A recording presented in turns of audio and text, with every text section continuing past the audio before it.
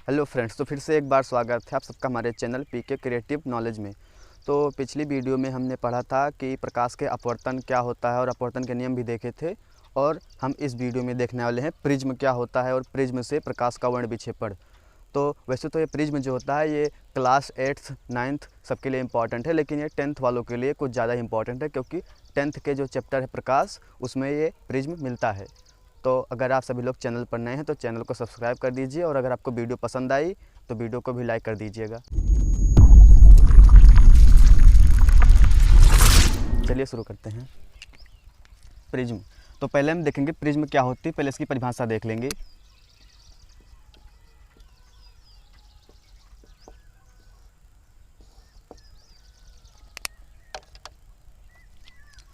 तो तीन समतल पृष्ठों से घिरी आकृति को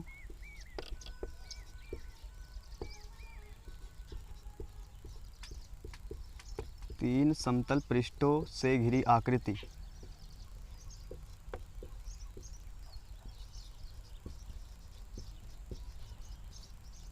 जो किसी न किसी कोण पर झुकी हुई होती हैं, जो किसी कोण पर झुकी होती है,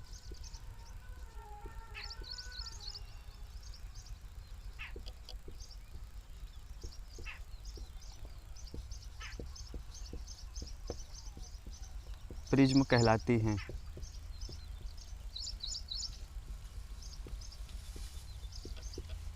प्रिज्म कहलाती हैं।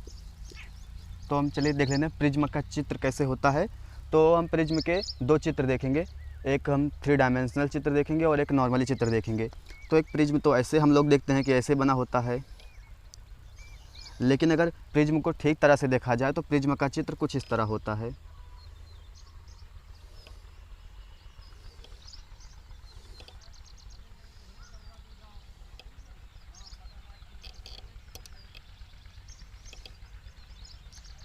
प्रिज्म का चित्र कुछ इस तरह से होता है। तो तीन समतल पृष्ठों की अगर हम बात कर रहे हैं तो देखिए इधर एक पृष्ठ कुछ ऐसे होता है, एक पृष्ठ ऐसे होता है, एक पृष्ठ ऐसे और एक पृष्ठ नीचे से लगा होता है। तो तीन समतल पृष्ठ होते हैं और जो किसी न किसी कोण पर झुके होते हैं। अगर हम ऐसे दो पृष्ठ को ले लें और इधर एक ऐसे समतल पृष्ठ को लगा दें, देखिए यहाँ पर कुछ ना कुछ कोण बन रहा है ना, तो यही होता है कि किसी न किसी कोण पर झुके होते हैं। इधर भी कुछ ना कुछ कोण यहाँ पर बनता है। तो आप लोग यहाँ पर देख सकते हैं कि यहाँ पर कुछ ना कुछ कोण बनता है, और जो कोण यहाँ पर बनेगा वही कोण यहाँ पर भी बनेगा, और ये दोनों कोण बराबर होते हैं। और तीन समतल पृष्ठ ये हो गए इसके। तो तीन समतल पृष्ठों से घिरी आकृति, यानी कि तीन समतल पृष्ठ, एक पृष्ठ तो ये है, ये दूसरा पृष्ठ है और तीसरा पृष्ठ है, और समतल भी हैं जो किसी कोण पर झुकी हों। तो एक यहाँ पर देखिए, यहाँ पर कोण पर झुकी हुई हैं और एक कोण पर यहाँ पर झुकी हुई हैं, जो किसी न किसी कोण पर झुकी हुई होती हैं, प्रिज्म कहलाती हैं। तो प्रिज्म का जो यूज होता है ये प्रकाश के रिफ्लेक्शन के लिए, जहाँ पर हम लोग देखते हैं प्रकाश के बहुत से कलर होते हैं, 7 रंग होते हैं, तो उसका 7 रंगों को अपने अपने अलग अलग रंगों में देखने के लिए हम लोग प्रिज्म का यूज करते हैं। तो चलिए देखते हैं प्रिज्म से प्रकाश का वर्ण विक्षेपण।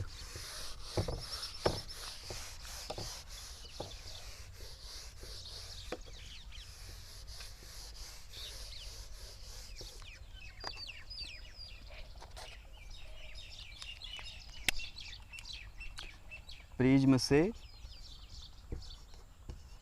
प्रकाश का वर्ण विक्षेपण।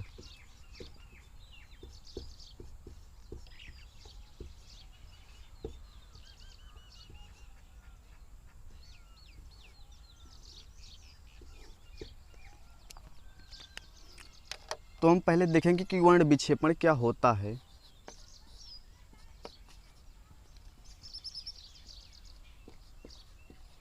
तो वर्ण विक्षेपण किसे कहते हैं? तो अगर कोई भी प्रकाश हो वो अपने अवयवी रंगों में, मतलब कि जैसे कि सफ़ेद लाइट जो होती है, सन से आने वाली जो लाइट होती है, ये 7 प्रकार के रंगों से मिलकर बनी होती है। तो इन्हीं 7 रंग, जो सूर्य से प्रकाश आता है तो एक हमें केवल एक ही कलर दिखाई देता है, लेकिन जब ये 7 अपने अलग अलग रंगों में टूट जाता है तो 7 रंगों में टूटने की इस प्रक्रिया को प्रकाश का वर्ण विक्षेपण कहा जाता है। तो श्वेत प्रकाश का अपने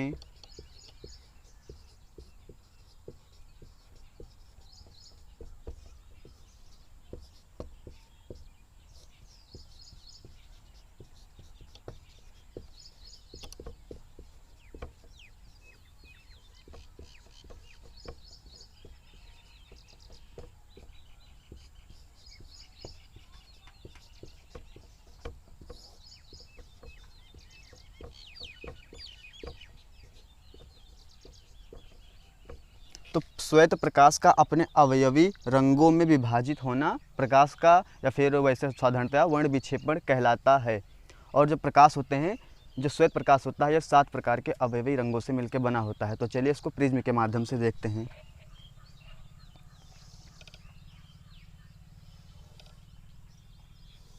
मान लीजिए कोई प्रिज्म है और यहाँ से एक श्वेत प्रकाश डाला जाता है। मान लीजिए श्वेत प्रकाश का स्रोत है, यहाँ से कोई श्वेत प्रकाश जाएगा तो इससे 7 प्रकार के रंग निकलते हैं।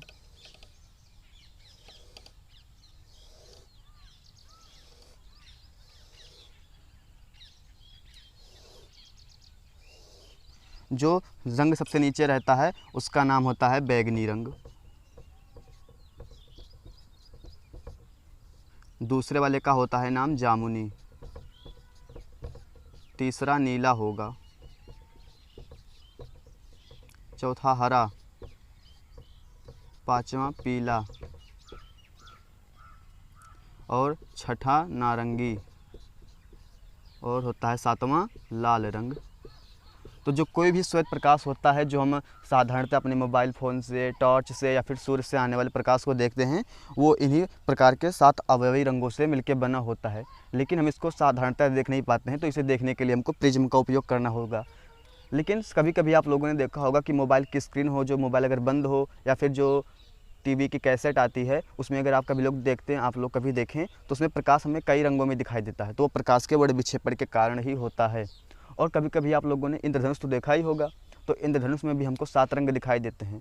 तो ऐसा क्यों होता है कि और इंद्रधनुष हमें बरसात के समय में दिखाई देता है, क्योंकि उस समय धरती पर या फिर बरसात के समय जब बरसात हो रही होती है तो जब सूर्य के प्रकाश आती है तो जल की बूंदें होती हैं उससे टकरा जाती है, और जो जल की बूंदें होती हैं वो उस समय प्रिज्म की तरह कार्य करती हैं। तो उससे जाने वाले प्रकाश की किरणें 7 रंगों में विभाजित हो जाती हैं।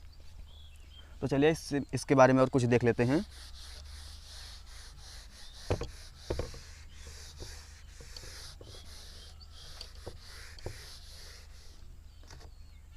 अब जो यहाँ पर लाल रंग आया है, लाल रंग, इसका तरंगदैर्घ्य सबसे अधिक होता है।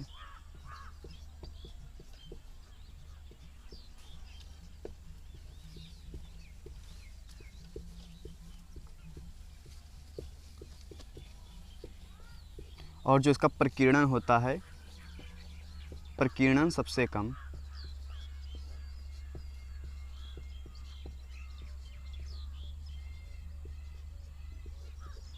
और फिर सबसे नीचे कौन सा रंग आया है, बैंगनी। तो इसके बारे में भी देख लेते हैं। इसका तरंगदैर्घ्य सबसे अधिक, सबसे कम हो जाएगी।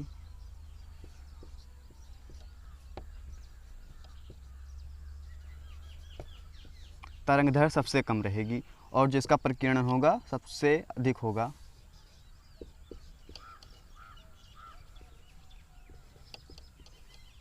प्रकीर्णन सबसे अधिक। तो आप लोग नोटिस कर रहे होंगे कि यहाँ पर एक शब्द प्रकीर्णन आया है और यहाँ पर भी। तो प्रकीर्णन का मतलब क्या होता है?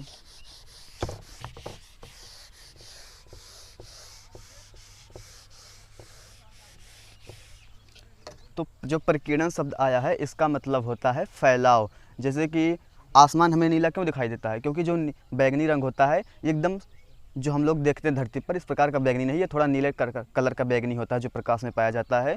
तो सबसे कम प्रकीर्णन लाल रंग का होता है और सबसे अधिक ज़्यादा प्रकीर्णन नीले रंग का। तो जो सूर्य से प्रकाश की किरणें आती हैं तो जब वे धरती के वायुमंडल में प्रवेश करती हैं तो वायुमंडल में प्रवेश करते ही जो नीला रंग होता है उसका प्रकीर्णन सबसे अधिक होता है, तो इसलिए वो वायुमंडल में ही बिखर जाता है। तो इसलिए हमें आसमान नीला दिखाई देता है। तो प्रकीर्णन शब्द आया है तो इसका मतलब देख लेते हैं हम लोग। प्रकीर्णन का मतलब फैलाव।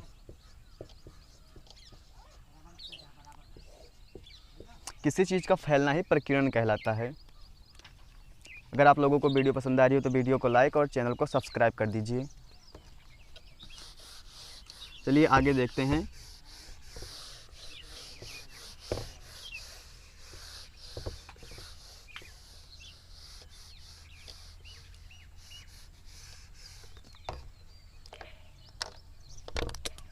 प्रिज्म से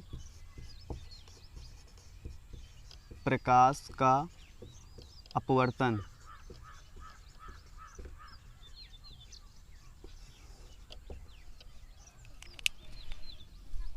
तो प्रिज्म से प्रकाश का अपवर्तन एक काफ़ी इम्पॉर्टेंट टॉपिक है जो अधिकतर लोगों को समझने में समस्या ही होती है। तो चलिए इसको एकदम आसान तरीके से देखने की कोशिश करते हैं। ये एक प्रिज्म है।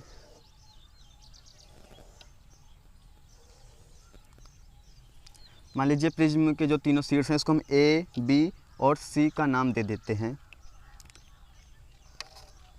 फिर कोई प्रकाश की किरण मान लीजिए ये है, इसका नाम हम x दे दें और यहाँ पर एक बिंदु D है।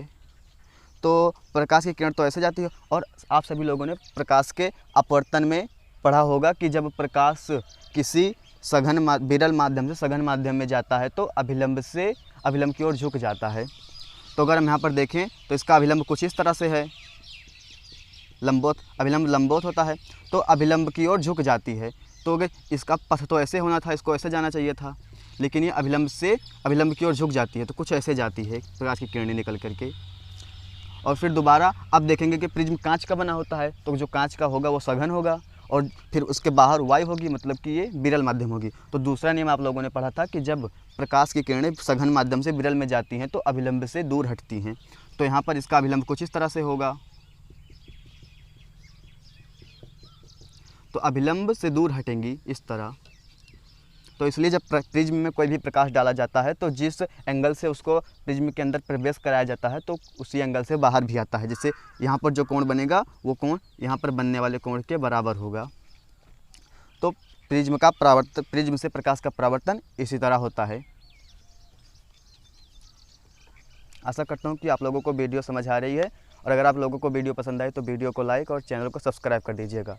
सो मिलते हैं अगली वीडियो में।